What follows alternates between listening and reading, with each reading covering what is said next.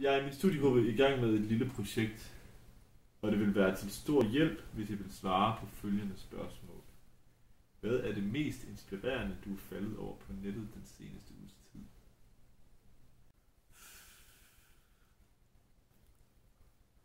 Men det skulle vi burde jo optage det her, Rasmus, lige nu.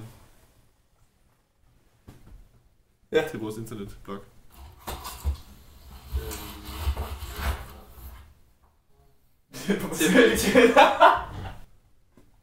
Men det der også er lidt sjovt. Okay, prøv at forestille dig det her scenarie, Rasmus. Der er ikke nogen forklaring, ikke? Der er måske en eller anden form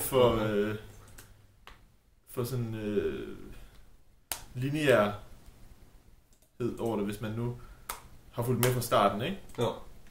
Men hvis folk bare dumper ind på siden, og vi har kørt det 2 måneder... Så bliver det nødt til at sige det hele?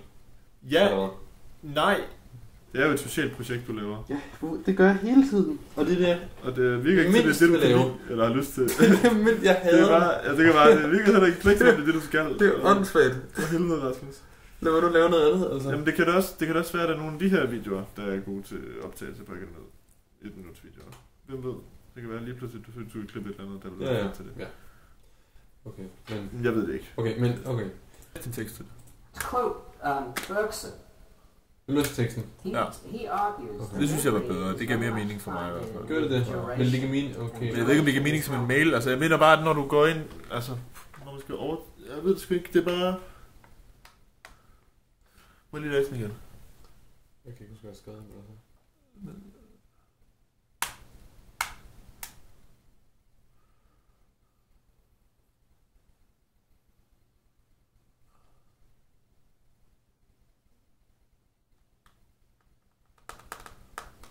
Grundlæggende er det her vel, det er vel nok min hovedidé, ikke? Modsættelsen af værket bliver en del af værket. Helt klart, det forstår jeg. Ja. Jeg synes, det er bedre det der, hvor du forklarer. Altså, det giver langt mere mening for mig. Altså, hele det der... det er denne proces, jeg gerne vil op til. Ja, det skal du skrive noget mere om. Synes jeg. Og det kan være, at de... Og så bare lade være med at tænke på, om det holder sig til din idé, bare tænke på, hvordan det ser ud på film.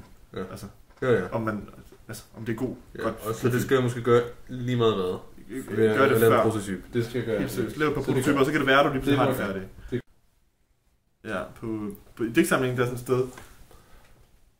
Jo, hvor jeg begynder at sakse min dagbog at putte ind, ikke? Og så er der et sted, hvor jeg har skrevet på et tidspunkt, fordi jeg bare skrev sådan noget fucking, sådan virkelig. Ja, fordi jeg prøver på en eller anden måde, at det skal være sådan en måde bare at få skrevet hver dag på, ikke? Noget der er også litterært. Eller sådan, så det er sådan en blanding af at få et eller andet terapi, og så også bare litterært, ikke? Samtidig, ikke? Og så har jeg skrevet sådan, fuck, hvor er det her bare patetisk, og sådan, godt det her er en dagbog og ikke en udgivelse. Det her vil man aldrig kunne fucking sådan udgive. Sådan. Det kommer med nu. Det virker bare sådan lidt latterligt. Jeg ved slet ikke, om man kan gøre, om det er okay, men det er bare... Jeg tænkte, jeg var næsten lige prøve. Så lige give det et skud med det. Ja. Så det virker sådan... Altså problemet er jo bare, at man ikke ved, at det rent faktisk er fra din dagbog. Nej, men den virker... Det der går godt ved den dagbogstekst, den virker ret autentisk. Okay. Den føles ret autentisk. Okay. Jeg ved ikke lige, hvordan, men den føles sgu ret sådan... Okay. Man tror, jeg føler, man tror på det en dagbog. Men du har jo selv skrevet det, altså. Ja, okay. Har du nogensinde de der mikrofoner, du snakker om, som du har... Altså alt det der kan optage, hvad fanden var det? Elektromagnetiske impulser og hjernebølger, eller hvad det er, du kan optage, eller sådan. Har du nogensinde brugt det? Ja. Altså, har du brugt det stadig? Ja. Jeg har brugt... Jeg har mest bare lavet nogle ting, som jeg ikke har lavet færdige. Ligesom alt andet. Ligesom alt andet. Ja. Jeg har brugt det, men ikke lavet færdigt med det. Så sådan, ja. Hvad har du brugt det til? Jeg var optaget med det. Jeg optaget mit klaver igennem et glas vand. Men det er bare det, der er så fucking irriterende, det der med, at alt skal være bekendelseslitteratur og...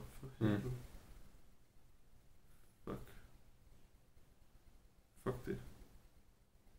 Hvis I giver dem en selvforståelse af, at de bliver en del af kunstværket, så ændrer de måske deres måde at analysere på. Det er fedt, at R. Kelly lige har lavet en plade, der hedder Black Panties.